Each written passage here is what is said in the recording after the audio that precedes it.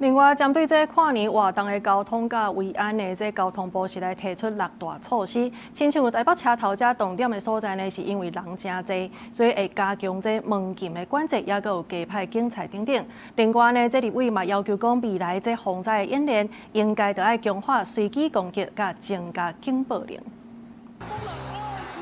跨年底路正紧，就是元旦，刷来也佮有旧历过年，真侪人拢有出门佚佗，也是回乡的拍算。民众也拢真关注大众运输的维安议题。8月交通部伫立法院交通委员会进行专案报告，民进党立委陈素月指出，应该像捷运代替和高铁站，较限制针对随机攻击去做防灾演练，要求交通部按改善。对于这种恐怖攻击的状况，好像还没有模拟演练过哈。 是报告委员，其实有模拟演练过，但是频率上面确实是比较少了哈。我们是针对水灾、火灾等等的一些灾害的状况，我们有时常在模拟演练，但是对于人为的攻击的部分，是我们未来必须要加强的。 另外，针对这届台北随机台人的案件，也有民众党立委林国成认为，虽然讲像发生紧急状况的时，车厢内底拢有警铃通知站务人员随着通了解状况，也毋过车站内底的警铃有关无够。交通部表示，针对明年1月底台北车站的联合防灾演练，会加入去讨论，把它联合起来，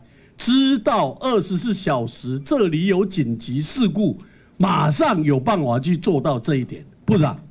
要不要研议一下？例如说，北车这么大的一个量体的状况底下，它的密度上到底够不够？这个我们来检讨哈。那1月底，也就是明年的1月底哈，我们会办一个北车的联合防灾的演练。 毛国民党立委指出，亲像台北车站这款结合无共运输系统的大型车站，主管单位侪分工复杂，嘛去延误着互相沟通的时间。交通部表示，会改善紧急事件通报的流程，嘛针对元旦甲春节连假提出6大精进措施，包括强化评估科技监控和警示，也若像台北车站这款重点交通站，因应假日的人潮，也会加强门禁管制和加派警察，也有保全力量等等。记者卢尚祖、王兴忠台北报道。